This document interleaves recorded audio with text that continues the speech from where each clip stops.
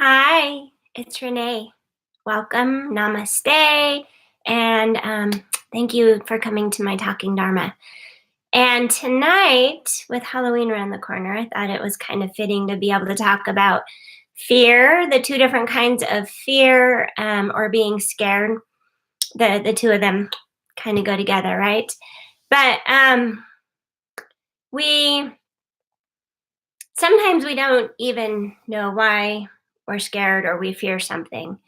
So, kind of knowing the difference that there's more than one way to be scared out there or have fear, right? But two of the kind of obvious that I wanted to focus on today is, that true fear, someone who's been diagnosed with cancer, or you're helping a family member that maybe is ill, you're being chased by a bear. Sometimes, I kind of joke about being chased by a bear, but in all reality, that's some pretty heavy fear if you really were in a circumstance like that. Even a plane crash, a fear of a plane crash, for some people that is really, scary and true fear for them. um, you have hypochondriacs that are constantly in fear of being sick or getting sick, and then they are always sick. So that's a type of fear. Arachnophobia, fear of spiders. I don't like spiders. No, I don't.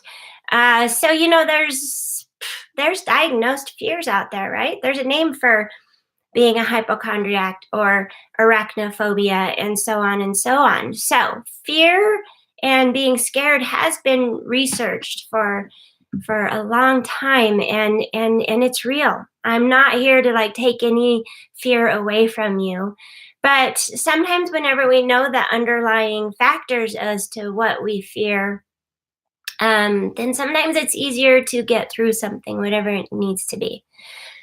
Another type of fear is, some people even fear success.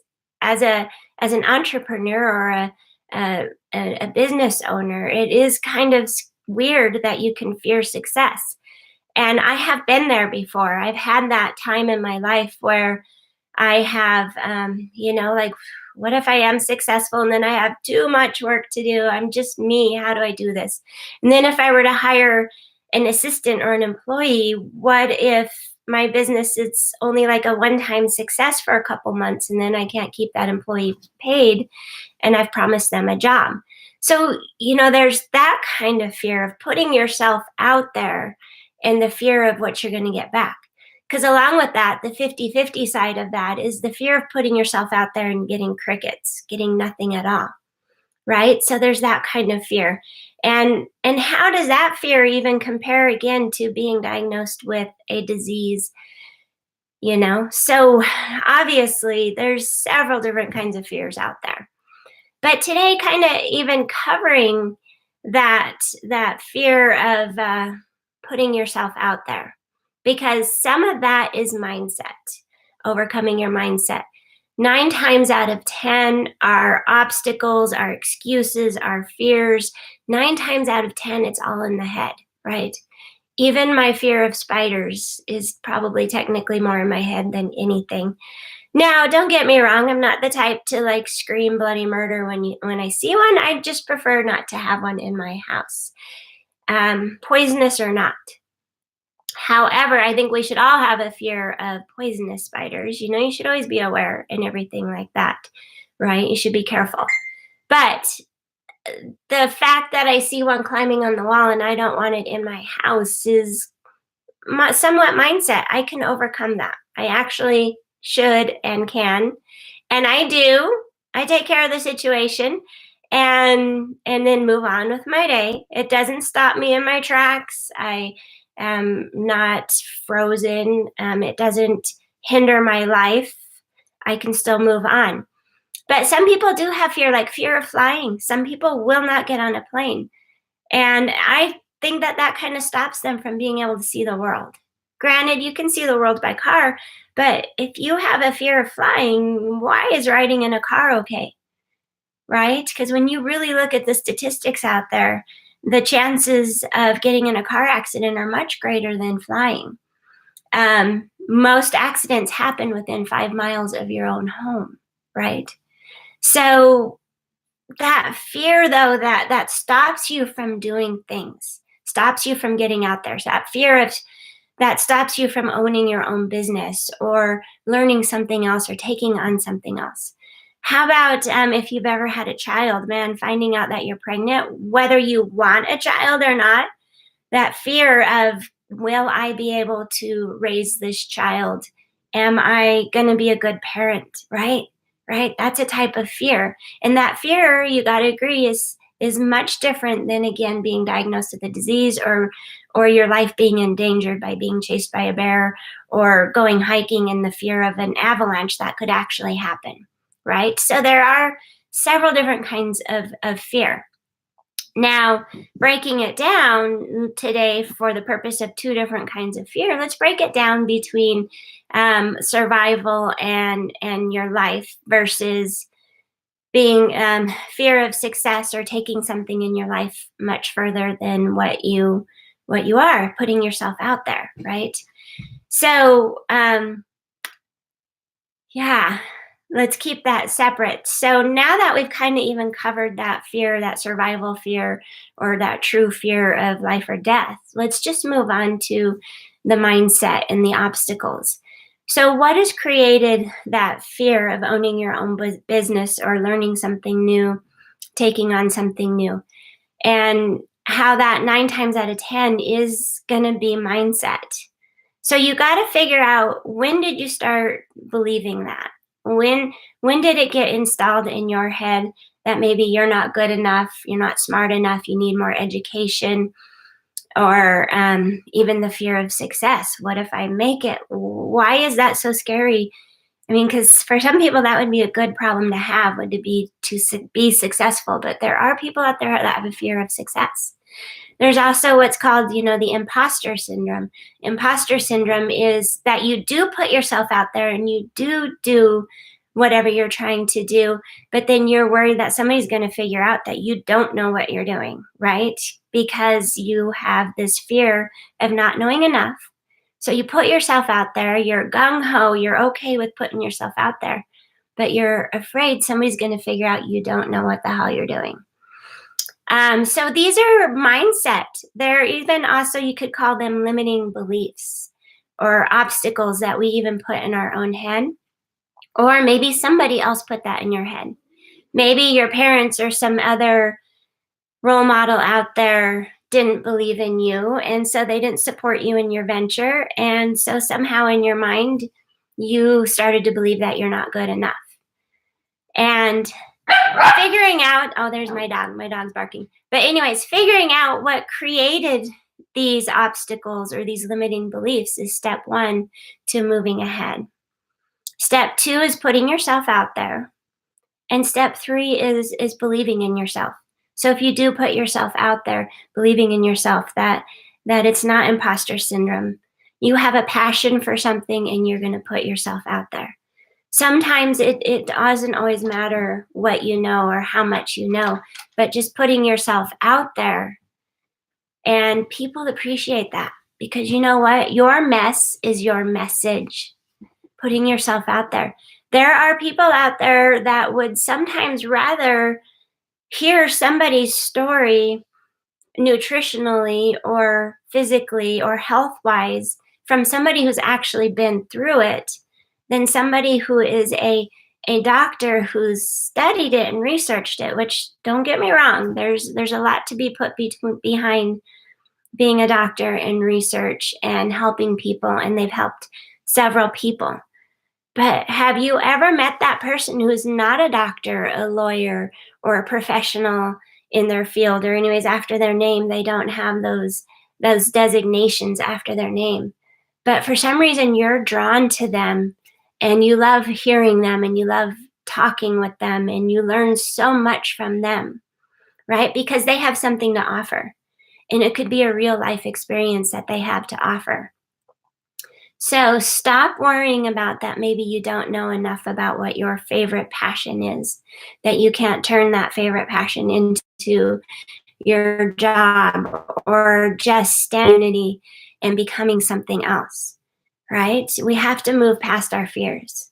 And even if it's a fear of, say, like flying, there's so much out there in the world for you to experience that you need to just get out there and start experiencing it. Don't let your mind stop you from becoming who or what you are. Don't let your past, so where you come from, your past, because this third Thursday night that I've been doing about talking about your Dharma is your true path. It's what you're meant to do.